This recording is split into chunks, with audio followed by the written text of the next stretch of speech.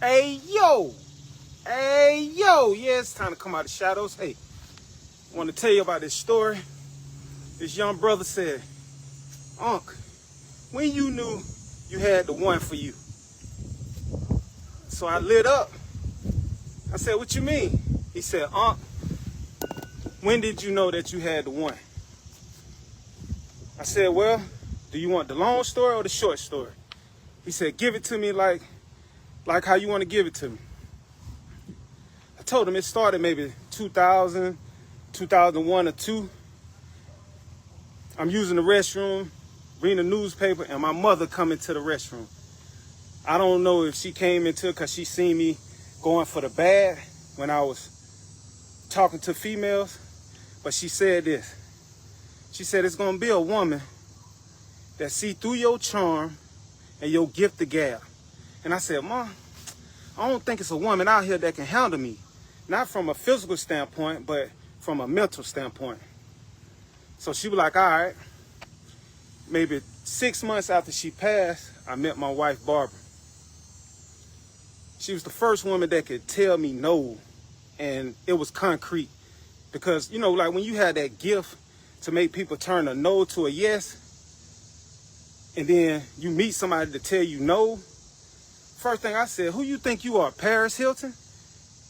Please don't judge me by that. I don't know why I said Paris Hilton, right? So then the young brother asked, so y'all been together 22 years and y'all been married 15 years? I said, yeah. He said, why the 7-year gap? I said, I'm not gonna lie, I was a little nervous, I was a little scared because I never had a representation of black men that were married, or the ones that I seen married, you know, they really wasn't married. So even hearing uncles at gatherings partaking in alcohol saying, nephew, don't do it, don't do it.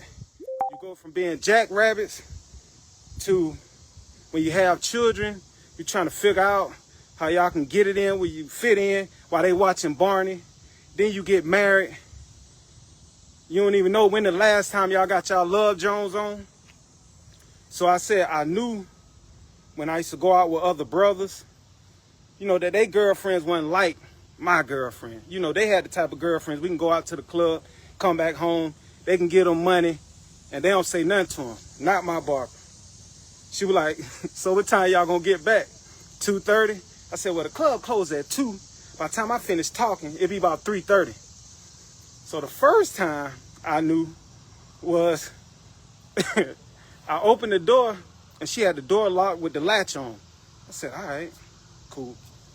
The second time I opened the door and I'm wondering why this door is so heavy. But she had the sofa blocking the door.